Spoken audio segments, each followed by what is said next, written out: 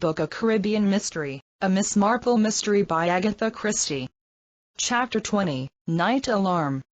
Evening came. Lights came up on the terrace. The couple dined and talked and laughed, albeit less loudly and merrily than they had a day or two ago. The steel band played, but the dancing ended early. People yawned and off to bed. Lights went out. Here was darkness and stillness. Golden palm trees slept. Evelyn. Evelyn. The whisper came sharp and urgent. Evelyn Hillingdon stirred and turned on her pillow. Evelyn. Please wake up. Evelyn Hillingdon sat up abruptly. Tim Kendal was standing in the doorway. She stared at him in surprise. Evelyn, please, could you come? It's Ollie. She's ill. I don't know what's the matter with her. I think she must have taken something. Evelyn was quick, decisive. All right, Tim. I'll come. You go back to her. I'll be with you in a moment. Tim Kendal disappeared. Evelyn slipped out of bed, threw on a dressing gown and looked across at the other bed. Her husband, it seemed, had not been awakened. He lay there, his head turned away, breathing quietly. Evelyn hesitated for a moment, then decided not to disturb him. She went out of the door and walked rapidly to the main building and beyond it to the Kendals' bungalow. She caught up with Tim in the doorway. Molly lay in bed. Her eyes were closed and her breathing was clearly not natural. Evelyn bent over her, rolled up an eyelid, felt her pulse and then looked at the bedside table. There was a glass there which had been used. Beside it was an empty phial of tablets. She picked it up. They were her sleeping pills, said Tim, but the bottle was half full yesterday or the day before. I think she must have taken the lot. Go and get Dr. Graham, said Evelyn, and on the way knock them up and tell them to make strong coffee. Strong as possible. Hurry. Tim dashed off. Just outside the doorway he collided with Edward Hillingdon. Oh, sorry, Edward. What's happening here? Demanded Hillingdon. What's going on? It's Molly. Evelyn's with her. I must get hold of the doctor. I suppose I ought to have gone to him first, but I wasn't sure and I thought Evelyn would know.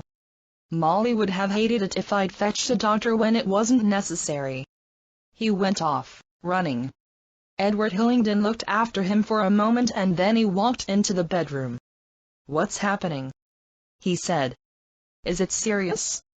Oh, there you are, Edward. I wondered if you'd woken up. This silly child has been taking things. Is it bad? One can't tell without knowing how much she's taken. I shouldn't think it was too bad if we get going in time. I've sent for coffee. If we can get some of that down her.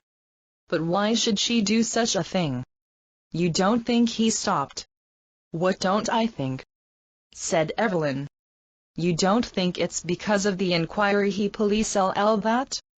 It's possible, of course. That sort of thing could be very alarming to a nervous type. Molly never used to seem a nervous type. One can't really tell, said Evelyn. It's the most unlikely people sometimes who lose their nerve. Yes, I remember. Again he stopped. The truth is, said Evelyn, that one doesn't really know anything about anybody. She added, not even the people who are nearest to you. Isn't that going a little too far, Evelyn? Exaggerating too much? I don't think it is. When you think of people, it isn't the image you have made of them for yourself. I know you, said Edward Hillingdon quietly. You think you do? No. I'm sure. He added, and you're sure of me? Evelyn looked at him then turned back to the bed. She took Molly by the shoulders and shook her. We ought to be doing something, but I suppose it's better to wait until Dr. Graham comes. I think I hear them. Aye. She'll do now. Dr. Graham stepped back, wiped his forehead with a handkerchief and breathed a sigh of relief. You think she'll be all right, sir? Tim demanded anxiously. Yes. We got to her in good time. Anyway, she probably didn't take enough to kill her. A couple of days and she'll be as right as rain, but she'll have a rather nasty day or two first. He picked up the empty bottle. Who gave her these things anyway? A doctor in New York. She wasn't sleeping well. Well. I know all we medicos hand these things out freely nowadays. Nobody tells young women who can't sleep to count sheep, or get up and eat a biscuit, or write a couple of letters and then go back to bed. Instant remedies, that's what people demand nowadays. Sometimes I think it's a pity we give them to them. You've got to learn to put up with things in life. All very well to stuff a comforter into a baby's mouth to stop it crying. Can't go on doing that all a person's life. He gave a small chuckle.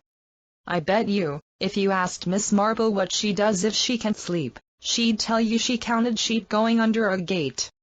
He turned back to the bed where Molly was stirring. Her eyes were open now. She looked at them without interest or recognition. Dr. Graham took her hand. Well, my dear, and what have you been doing to yourself? She blinked but did not reply. Why did you do it, Molly, why? Tell me why? Tim took her other hand. Still her eyes did not move. If they rested on anyone it was on Evelyn Hillingdon. There might have been even a faint question in them, but it was hard to tell. Evelyn spoke as though there had been the question. Tim came and fetched me, she said. Her eyes went to Tim, then shifted to Dr. Graham. You're going to be all right now, said Dr. Graham, but don't do it again. She didn't mean to do it, said Tim quietly. I'm sure she didn't mean to do it. She just wanted a good night's rest. Perhaps the pills didn't work at first. And so she took more of them. Is that it, Molly? Her head moved very faintly in a negative motion. You mean you took them on purpose? Said Tim. Molly spoke then. Yes, she said. But why, Molly, why? The eyelids faltered. Afraid. The word was just heard. Afraid? Of what? But her eyelids closed down. Better let her be, said Dr. Graham. Tim spoke impetuously. Afraid of what? The police? Because they've been hounding you, asking you questions? I don't wonder. Anyone might feel frightened. But it's just their way, that's all. Nobody thinks for one moment. He broke off. Dr. Graham made him a decisive gesture. I want to go to sleep, said Molly. The best thing for you, said Dr. Graham. He moved to the door and the others followed him. She'll sleep all right, said Graham. Is there anything I ought to do? Asked Tim. He had the usual, slightly apprehensive attitude of a man in illness. I'll stay if you like, said Evelyn kindly. Oh no. No, that's quite all right, said Tim. Evelyn went back towards the bed. Shall I stay with you, Molly? Molly's eyes opened again. She said, no, and then after a pause, just Tim. Tim came back and sat down by the bed. I'm here, Molly, he said and took her hand. Just go to sleep. I won't leave you. She sighed faintly and her eyes closed. The doctor paused outside the bungalow and the Hillingdons stood with him. You're sure there's nothing more I can do? Asked Evelyn. I don't think so, thank you, Mrs. Hillingdon. She'll be better with her husband now. But possibly tomorrow after all, he's got this hotel to run. Think someone should be with her. Do you think she might try again? Asked Hillingdon. Graham rubbed his forehead irritably. One never knows in these cases. Actually, it's most unlikely. As you've seen for yourselves, the restorative treatment is extremely unpleasant. But of course one can never be absolutely certain. She may have more of this stuff hidden away somewhere. I should never have thought of suicide in connection with a girl like Molly, said Hillingdon. Graham said dryly, it's not the people who are always talking of killing themselves, threatening to do so, who do it. They dramatize themselves that way and let off steam. Molly always seemed such a happy girl. I think perhaps Ellen hesitated. I ought to tell you, Dr. Graham. She told him then about her interview with Molly on the beach the night that Victoria had been killed. Graham's face was very grave when she had finished. I'm glad you've told me, Mrs. Hillingdon. There are very definite indications there of some kind of deep-rooted trouble. Yes. I'll have a word with her husband in the morning.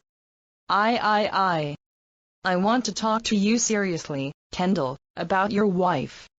They were sitting in Tim's office. Evelyn Hillingdon had taken his place by Molly's bedside, and Lucky had promised to come and, as she expressed it, spell her later. Miss Marple had also offered her services. Poor Tim was torn between his hotel commitments and his wife's condition. I can't understand it, said Tim. I can't understand Molly any longer. She's changed. Changed out of all seeming.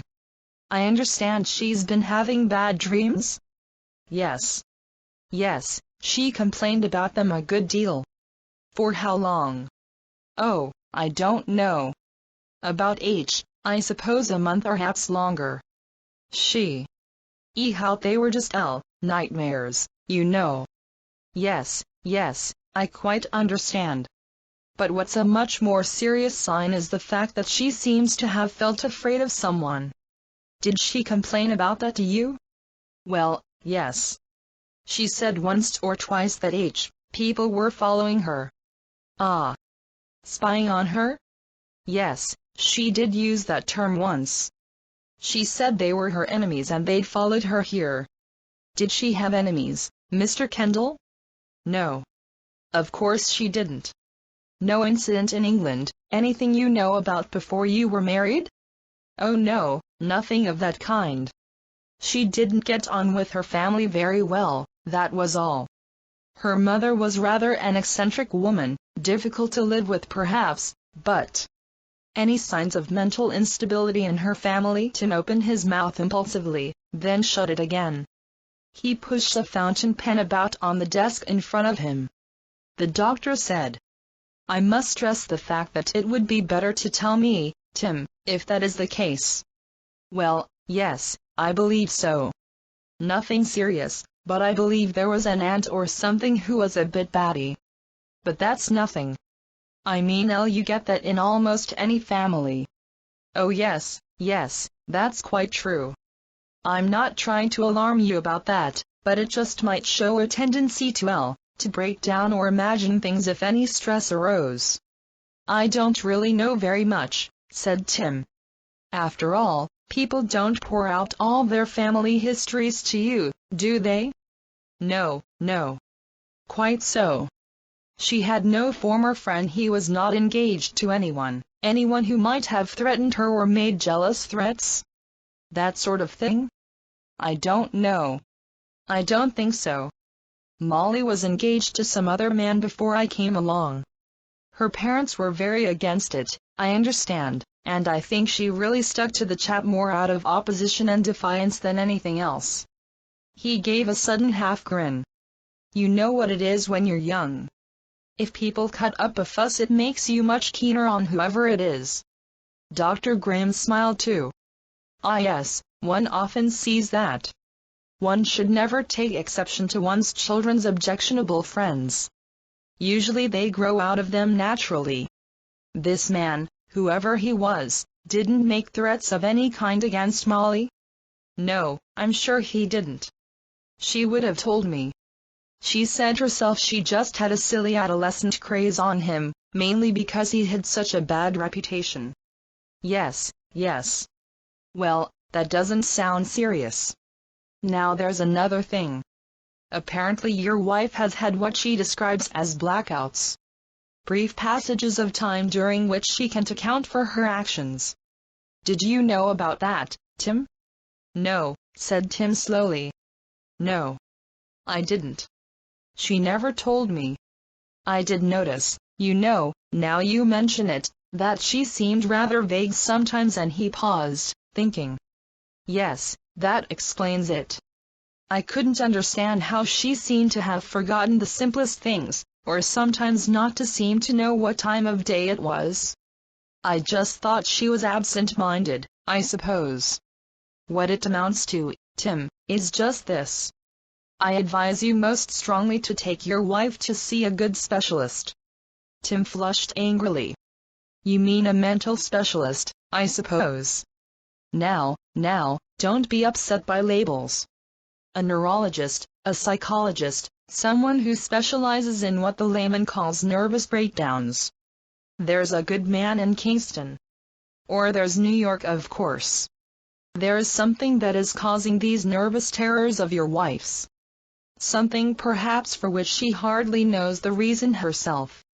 Get advice about her, Tim. Get advice as soon as possible." He clapped his hand on the young man's shoulder and got up. "There's no immediate worry. Your wife has good friends and we'll all be keeping an eye on her. She won't. You don't think she'll try it again?" "I think it most unlikely," said Dr. Graham. "You can't be sure," said Tim. "One can never be sure," said Dr. Graham. "That's one of the first things you learn in my profession." Again he laid a hand on Tim's shoulder. "Don't worry too much." "That's easy to say," said Tim as the doctor went out of the door. "Don't worry, indeed. What does he think I'm made of?"